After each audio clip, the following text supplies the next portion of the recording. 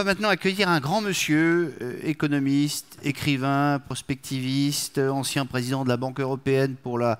reconstruction et le développement, président de Planète Finance, auteur d'une foultitude d'ouvrages. Je vais arrêter de le présenter parce que ce serait lui enlever du temps, ce qui serait dommage. Je vous demande d'applaudir Jacques Attali.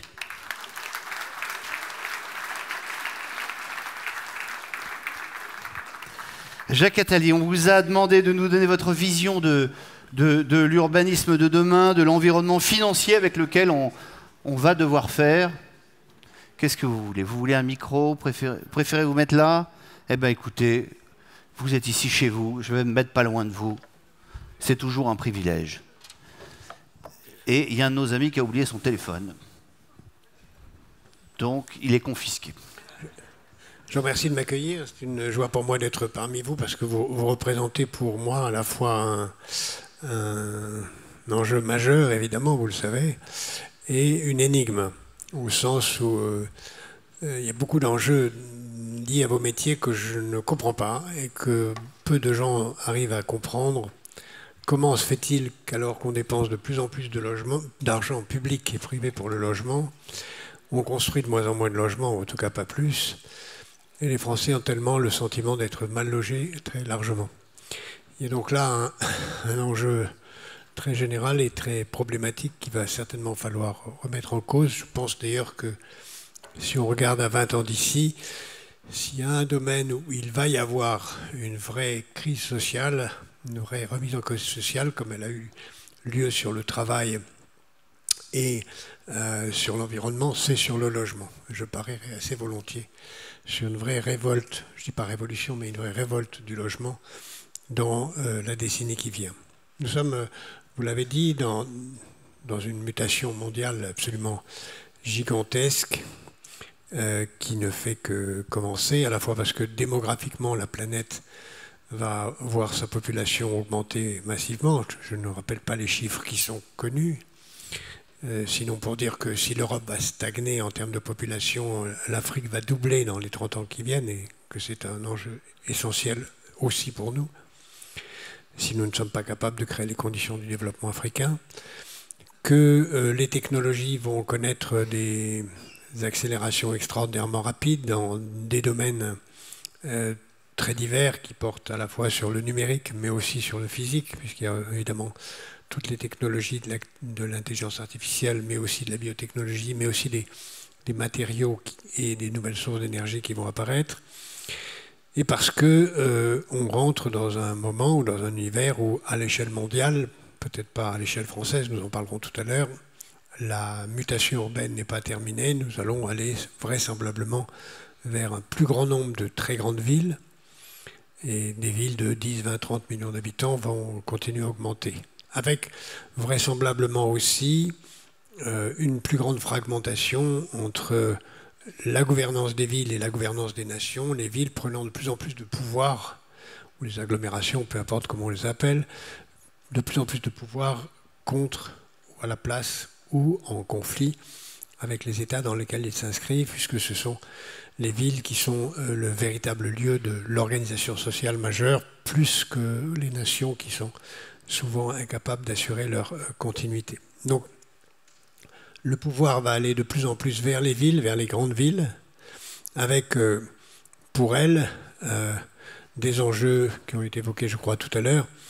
de leur insertion dans le reste de l'économie et du territoire national, j'y reviendrai, et avec aussi des problèmes majeurs qui sont des problèmes de financement de l'économie de la ville. Nous sommes dans une période tout à fait folle en économie, puisque nous sommes dans une période de croissance très forte de la bourse et de décroissance très forte des taux d'intérêt, qui indique que les actionnaires pensent que tout va bien et que les emprunteurs pensent que tout va mal. Que les actionnaires pensent que tout va aller très bien et que les emprunteurs pensent que tout va aller très mal. À un moment, il y aura une crise. Est-ce que c'est demain matin ou dans 3 ans, dans 5 ans, peu importe. Enfin, pas peu importe, parce que plus elle tarde, plus elle sera grave. Et comme celle de 2008, mais en pire, puisque je rappelle cette évidence, c'est que en 2008, il y avait 30% de dette publique en moins, et il y avait des taux d'intérêt élevés, ce qui fait qu'on a pu utiliser l'arme de la dette publique et l'arme des taux d'intérêt, armes qui sont aujourd'hui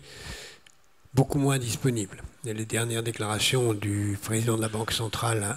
européenne sortant, qui montrent que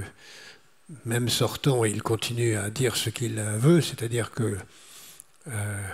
une nouvelle crise est là, à nos portes, il l'a pratiquement dit en tant que tel, ce qui d'ailleurs a fait grogner ce matin le président des États-Unis, qui l'accuse de nuire à l'économie américaine par ses déclarations. Nous sommes sur un volcan. Et le financement à long terme qui vous concerne tous, puisque dans certaines de vos entreprises, vous avez des financements à 30, 40, 50, même plus, vous devez être concerné par ces grands enjeux du très long terme. Le très long terme, dans le moyen terme, puis dans le très long terme, il y aura des secousses. Est-ce qu'on assistera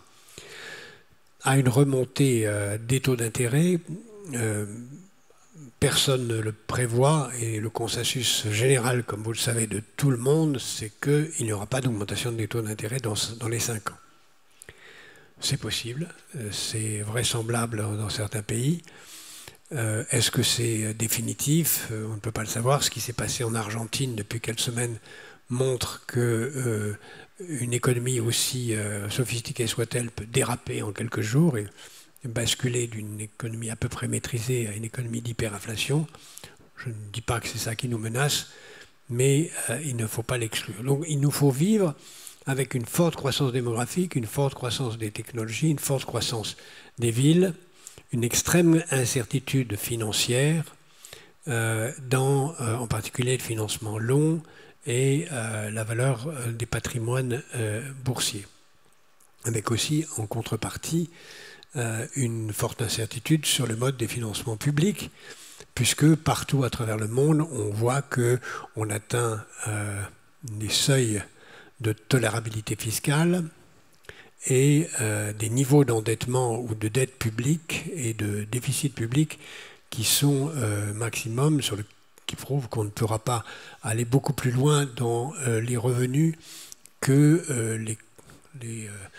organismes de constructeurs de logements peuvent attendre de la puissance publique. Donc, évidemment,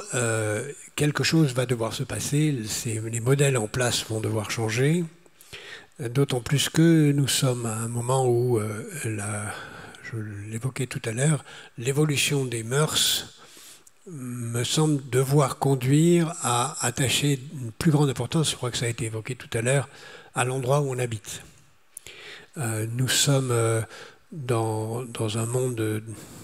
de plus en plus précaire, de plus en plus incertain, de plus en plus instable, et où une des rares revendications de stabilité tourne autour de l'endroit où on habite. Nous sommes dans un monde qui est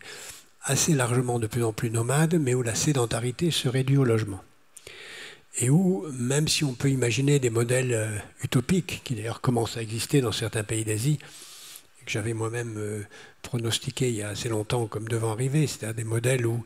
on ne soit plus propriétaire d'un logement, mais propriétaire d'un certain nombre de mètres carrés théoriques dont on aurait la possibilité d'avoir à la disposition et de l'échanger en fonction de ses besoins, puisqu'on serait durablement nomade. Donc on n'aurait pas une propriété d'un logement, mais une propriété d'un logement théorique.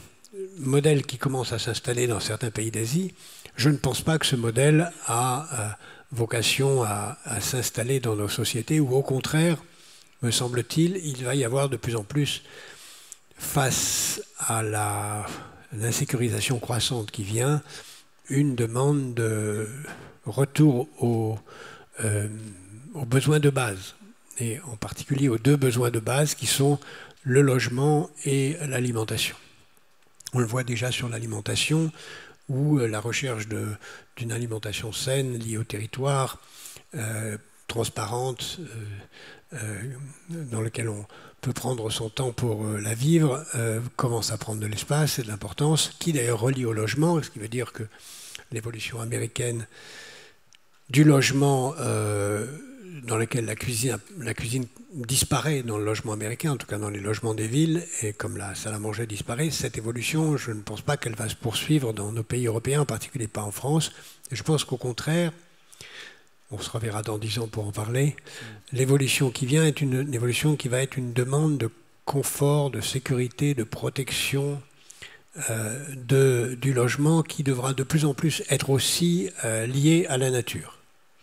Et donc le grand enjeu, je crois, de vos métiers sera l'enjeu qu'on prévoit depuis longtemps, c'est-à-dire la ville à la campagne ou la campagne à la ville, le sentiment de vivre en relation à la nature, même si on est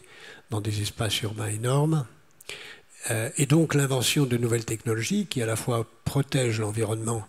en matière d'économie d'énergie, en matière de réduction du bruit, qui là aussi va être un enjeu plus encore que jamais. C'est intolérable de vivre dans le bruit et ça sera reconnu de plus en plus comme intolérable. Et il me semble que ça va être parmi les principales revendications du temps qui vient. J'ajoute que également dans ces revendications à venir, il me semble qu'il y en a une qui va aussi s'installer, c'est que le logement va être de plus en plus ressenti non pas seulement comme un équipement, mais comme un service. C'est-à-dire qu'on voudra que le logement soit un lieu qui organise de la convivialité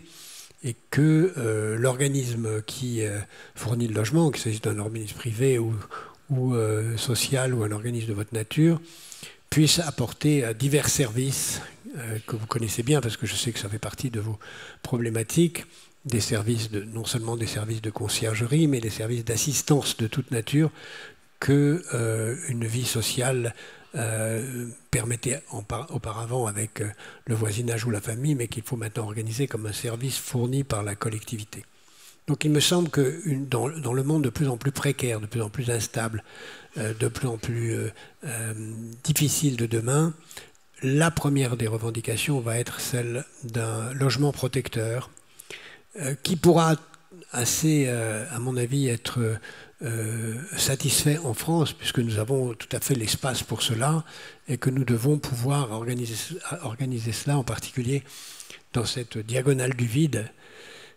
qui va devenir un enjeu très important, puisque c'est à la fois un enjeu géographique, un enjeu d'aménagement du territoire et un enjeu, et un enjeu de politique, puisque cette diagonale du vide renvoie évidemment à une désertification intolérable. Donc il m'arrive d'appeler le logement positif, c'est-à-dire le logement qui pense à préparer les conditions de son usage dans les générations futures, me paraît devenir une revendication majeure dans les sociétés occidentales, et la France, qui depuis si longtemps a eu beaucoup de mal à repenser son modèle de logement, qui a réussi assez bien à penser son modèle d'organisation de grandes infrastructures, doit le repenser en inventant de nouvelles organisations à partir des vôtres, mais qui, à mon avis, vont devoir être bouleversées très profondément, à condition que vous réussissiez à convaincre nos concitoyens, et plus généralement en Europe, que la part du revenu qu'on doit consacrer au logement et plus largement à tous les services liés à l'habitat doit représenter une part plus importante du revenu des citoyens, et à condition aussi, pour que cela soit possible, de faire disparaître un certain nombre de revenus associés à des dépenses excessives qu'on peut appeler des dépenses d'intermédiation, qui sont très largement liées aux activités que vous représentez et qui pourraient être améliorées par les regroupements qui ont commencé depuis quelques années, peut-être même depuis 10 ans que la commission que j'ai eu l'honneur de présider avait lancé un mouvement dont vous êtes les héritiers. Je vous remercie. C'est nous qui vous remercions.